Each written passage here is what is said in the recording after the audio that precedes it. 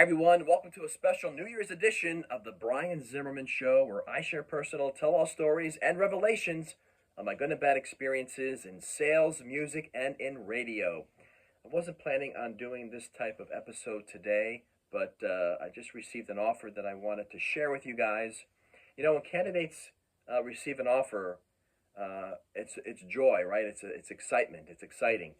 But then once you actually start reading the offer letter, that excitement and joy slowly dissipates and evaporates. Um, so I'm going to go over it. A detailed guideline of qualification standards will be provided. This is with regards to KPIs. Uh, all that information, guys, should be in the offer letter. Okay. There should not be any guessing or no guesswork, and going back and forth with asking questions. So I had to ask questions about, well, what is the guidelines? Let's put everything in writing here. That's what an offer letter is. It's supposed to put everything in writing. Um, and we talked about compensation.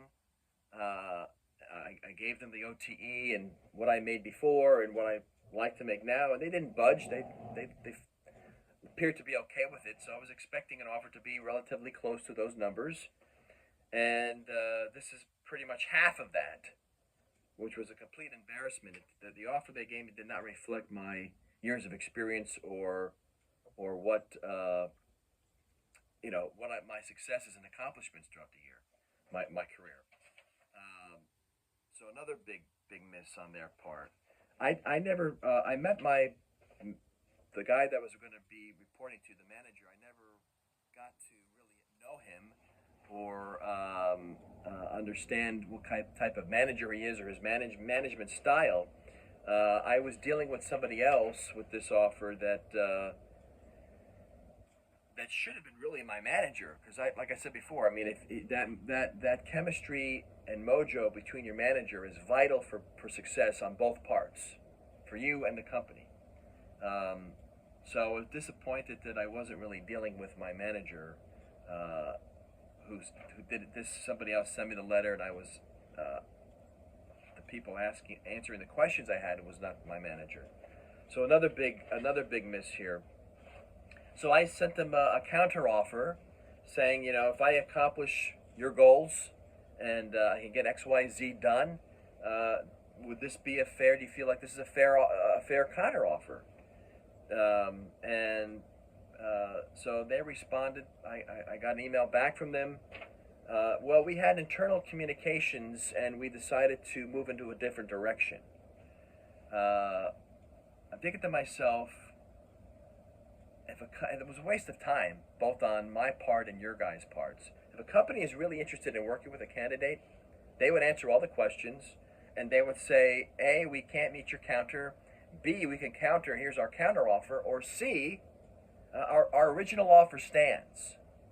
Okay, so at the end of the day, this was a company maybe that it was good I didn't work for.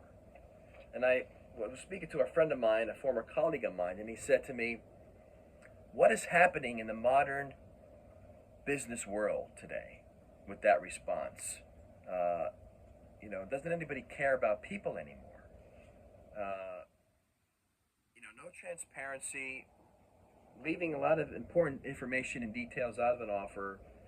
Um, and I was kind of a little bit, like I said before, I was anticipating an offer that was going to be closer to the numbers that we had talked about during the interview. And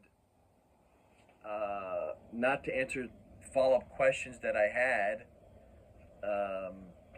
the second time around, I think is just irresponsible, unprofessional, and